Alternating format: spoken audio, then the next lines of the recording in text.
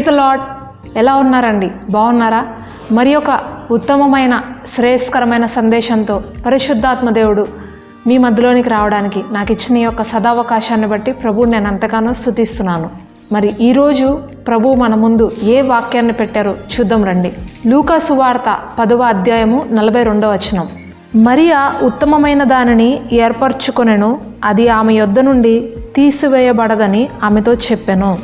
హల్లెలూయా.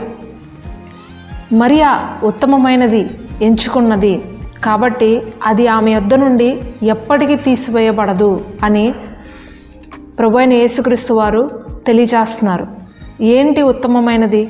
ఆమె ఏది ఎంపిక చేసుకుంది అని అంటే, మరియా యేసుక్రీస్తు వారి యొక్క పాదాల దగ్గర కూర్చుని దేవుని యొక్క మాటలు వినటానికి ఆసక్తిని చూపించిందంట. మరియా తన యొక్క వ్యక్తిగత విషయాలన్నింటినీ పక్కన పెట్టి, తన యొక్క లాభాలన్నింటినీ పక్కన పెట్టి, తనకి లోకంలో ఎన్ని రకములైనటువంటి విచారములు కలిగి ఉన్నా, ఎన్ని చింతలు కలిగి ఉన్నా, ఎన్ని బాధ్యతలు కలిగి ఉన్నా, ఎన్ని విషయాలు ఆమెను వెనక్కి లాగుతున్నప్పటికీ కూడా మరియా వాటన్నింటినీ పక్కన పెట్టి ఉత్తమమైన దానిని ఎంపిక చేసుకుందట.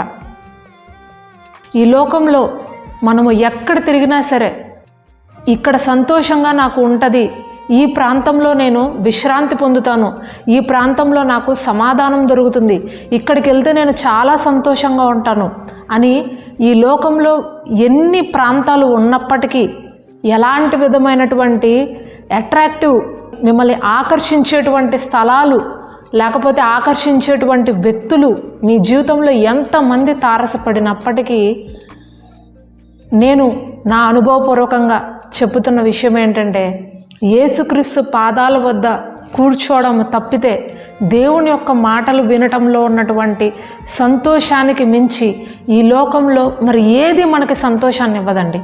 హల్లెలూయా. ఈ లోకంలో మీరు ఎంత డబ్బు ఖర్చు పెట్టి నాకు ఇక్కడ సంతోషం వస్తుంది, లేదా ఈ వ్యక్తిని వివాహం చేసుకుంటే, ఈ వ్యక్తితో నేను మాట్లాడితే, ఈ వ్యక్తితో నేను ప్రయాణం చేస్తే నాకు నెమ్మది కలుగుతుంది అని మీరు ఎక్కడికి తిరిగినా ఏది పట్టుకున్నా సరే, పరిశుద్ధాత్మ దేవుడు ఈరోజు మీతో సూటిగా స్పష్టంగా ఒక మాట తెలియజేస్తున్నారు. అదేంటంటే, మరియా ఉత్తమమైనది ఎంచుకుంది, అది ఆమె యొద్ద నుండి ఎప్పటికీ తీసివేయబడదు. ఈ లోకంలో మనము ఒక మంచి ఇల్లు కట్టుకుని అందులో సుఖంగా నివాసం చేద్దాము అని చాలామంది ఇల్లు కట్టుకుంటారండి. లక్షలు లక్షలు కోట్లు పెట్టి ఇల్లు కట్టుకుంటారు. ఇక్కడ మేము పంజాబ్లో నివసిస్తున్నాం కదా, ఒక్కొక్క ఇల్లు చూస్తున్నప్పుడు ఉండే గదుల కన్నా కూడా ముందు ప్రాంగణము ఎంతో విశాలంగా కట్టుకుంటారండి ఇక్కడ. ఎందుకంటే సాయంత్రం సమయాల్లో ఆ బయట కుర్చీలు వేసుకుని కూర్చోవచ్చు, సోఫాలు వేసుకుని కూర్చోవచ్చు, ప్రశాంతంగా ఆ ఒక్క వాతావరణాన్ని ఎంజాయ్ చేయొచ్చు అని చాలామంది పెద్ద పెద్ద గృహాలు కట్టుకుంటారు. అలా కట్టుకుని ఏం చేస్తారు తెలుసా అండి? దానికి శుభ్రంగా తాళం వేసేసి విదేశాలకు వెళ్ళిపోతారు. అదేంటి మరి ఎందుకు ఈ ఇల్లు కట్టుకుని అంటే, ఎప్పుడో ఒకసారి అమెరికా నుండో, ఆస్ట్రేలియా నుండో, లండన్ నుండో ఒక 15 రోజులు 20 రోజులు ఉండడం కోసము అన్ని కోట్లు తగలేసి మరి ఆ ఇల్లు కట్టుకుంటారండి పంజాబ్లో. నాకు చూస్తే ఆశ్చర్యంగా ఉంటుంది. అరే, ఒక అద్దె గృహంలో ఉండడానికి కనీసము నెల రెంట్ కట్టుకోవడానికి కూడా డబ్బులు లేకుండా ఎంతోమంది కష్టపడుతుంటారే, వీళ్ళకి ఇన్ని కోట్లు పెట్టి ఎప్పుడో సంవత్సరంలో 15 రోజులు, 2 సంవత్సరాలకి ఒక 15 రోజులు ఉండడానికి ఇంత విలువైన, ఇంత ఖరీదైన ఇల్లు కట్టుకొని ఊరికే తాళం పెట్టి ఉంచారే, ఇదెక్కడ విడ్డూరం అబ్బా అని అనిపిస్తుందండి నాకు. చూడండి, ఈరోజు ప్రపంచము ఇలాగ ఉంది. కానీ ప్రభు మీతో చెప్తున్నారు, ఉత్తమమైన దాన్ని నువ్వు ఎంపిక చేసుకో, ఉత్తమమైన దాన్ని నువ్వు ఎంచుకో. నీ జీవితంలో దేవుని యొక్క సన్నిధిని ఎవరైతే కోరుకుంటారో, దేవుని యొక్క పాదాల దగ్గర గడపడానికి ఎవరైతే తమ సమయాన్ని ఇన్వెస్ట్ చేస్తారో వారికి ప్రభు చెప్తున్నారు, నేను నీకిచ్చు ఆశీర్వాదాన్ని, నేను నీకిచ్చు దీవెనను, నేను నీకిచ్చు సమాధానాన్ని, నేను నీకిచ్చు నెమ్మదిని ఎవ్వరు నీ వద్ద నుండి తీసివేయలేరు. హల్లెలూయా. నయోమి బెత్లెహేములో కరువు వచ్చిందని చెప్పి రొట్టెల ఇల్లు అని పిలువబడుతున్న బెత్లెహేముని విడిచిపెట్టి మోయాబు దేశానికి వెళ్ళిపోయిందండి. కానీ తన కోడలైనటువంటి రూతు ఏం చేసింది తెలుసా? తన యొక్క జన్మభూమిని, తన యొక్క దేశాన్ని, తన యొక్క తల్లిదండ్రుల్ని, తన యొక్క బంధువుల్ని అందరినీ విడిచిపెట్టి రొట్టెల ఇల్లు, దేవుని భూమి, దేవుని యొక్క పాద సన్నిధికి వచ్చింది. హల్లెలూయా. అది నయోమికి, రూతుకి ఉన్నటువంటి తేడా. అందుకనే రూతు యొక్క బహుమానము అత్యధికం చేయబడింది. రూతు యొక్క పేరు యేసుక్రీస్తు వంశావళిలో లిఖించబడింది. ప్రియమైన సోదరి సోదరులారా, ఎవరైతే దేవుని కోసము వారి యొక్క సొంత ఇష్టాల్ని, వారి యొక్క లాభాలని, వారి యొక్క సంతోషాలను విడిచిపెట్టి దేవుని సన్నిధిని కోరుకుంటారో, దేవుని సన్నిధిని ఎంపిక చేసుకుంటారో, వారి జీవితాల్లోట ఎప్పటికీ కూడా ఎవ్వరూ తీసివేయలేనటువంటి సమాధానము, సంతోషము, నెమ్మది, ఆశీర్వాదము దేవాది దేవుడు ఇస్తాను అని ఇక్కడ ఈ వాక్య భాగం ద్వారా ప్రభు మీతో మాట్లాడుచున్నారు. మీ యొక్క జీవన విధానాన్ని బట్టి, మీ యొక్క జీవన శైలిని బట్టి, మీరు ఎంచుకున్న ఎంపికను బట్టి ఈ లోకంలో ఉన్న వారికి అర్థం కావాలి, ఇతను నిజమైన క్రైస్తవుడు, ఈమె నిజమైన క్రైస్తవురాలు. బ్రతికితే ఈమెలా బ్రతకాలి, బ్రతికితే ఇతనిలాగా రోషంగా దేవుని కోసం జీవించాలి, బ్రతికితే ఇతనిలాగా క్రీస్తు కొరకు మండాలి. ఇది నిజమైన క్రైస్తవ్యం అంటే అని మిమ్మల్ని చూసిన వారికి, మీ యొక్క మాదిరి ఈ లోకంలో ఉన్నవారికి అర్థం కావాలి, వాళ్ళు అనుసరించాలి. అప్పుడు మీరు క్రైస్తవులు అని పిలువబడుటకు అర్హులు. కనుక ప్రియమైన సోదరి సోదరులారా, ఈరోజు ప్రభు మీతో మాట్లాడుచున్నారు, ఉత్తమమైన దాన్ని ఎంచుకోండి అని. మరి మీరు ఉత్తమమైన దాన్ని ఎంచుకున్నారా?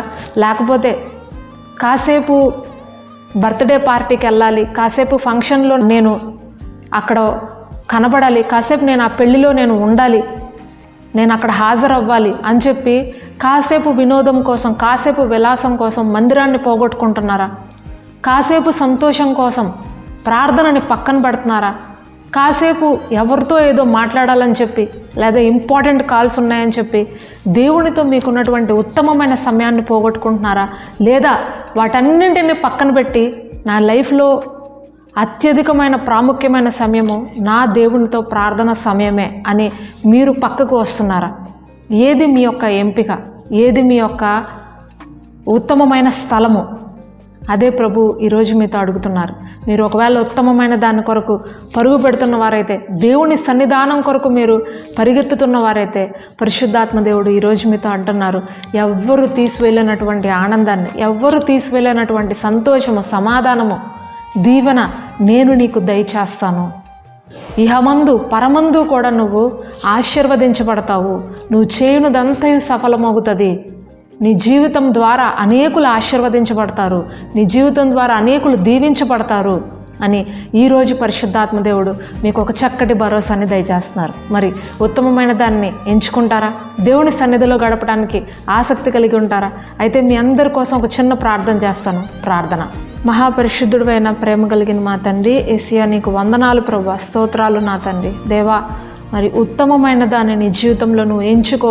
అప్పుడు ఎవ్వరూ తీసివేయలేనటువంటి సంతోషము, సమాధానము, ఆశీర్వాదము నేను నీకు దయచేస్తాను అని ప్రభువా నువ్వు వాగ్దానం చేస్తున్నందుకు నీకు వందనాలు ప్రభువా.